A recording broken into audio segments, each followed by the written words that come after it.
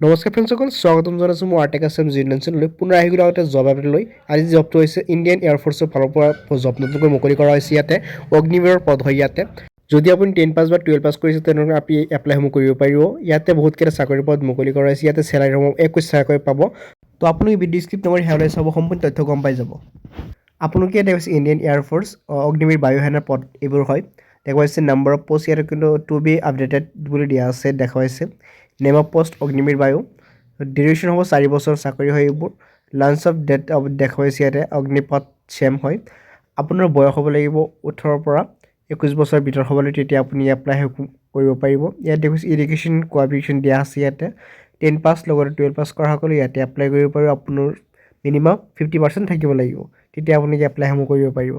ইয়াৰ পৰা আপোনালোকক ফিজিকেল লাগিব, হাইট লাগিব আপোনালোকৰ 152 চেণ্টিমিটাৰ ফৰ মেল কেণ্ডিডেট আৰু 152 হ'ব ফিমেলৰ কাৰণে। আৰু চেষ্ট দেখুৱাইছে ইয়াতে মেলৰ কাৰণে লাগিব 77 চেণ্টিমিটাৰ আৰু ছোৱালীসকলৰ কাৰণে 5% কম।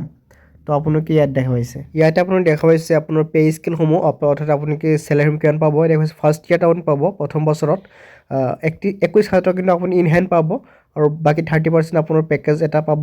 4 ইয়াৰ কমপ্লিট হোৱাৰ পিছত আপুনি ইন হেণ্ড আপুনি পাব কিমান, লাইফ ইঞ্চুৰেঞ্চ সহকাৰে 48 লাখ টকা কিন্তু আপুনি পাব।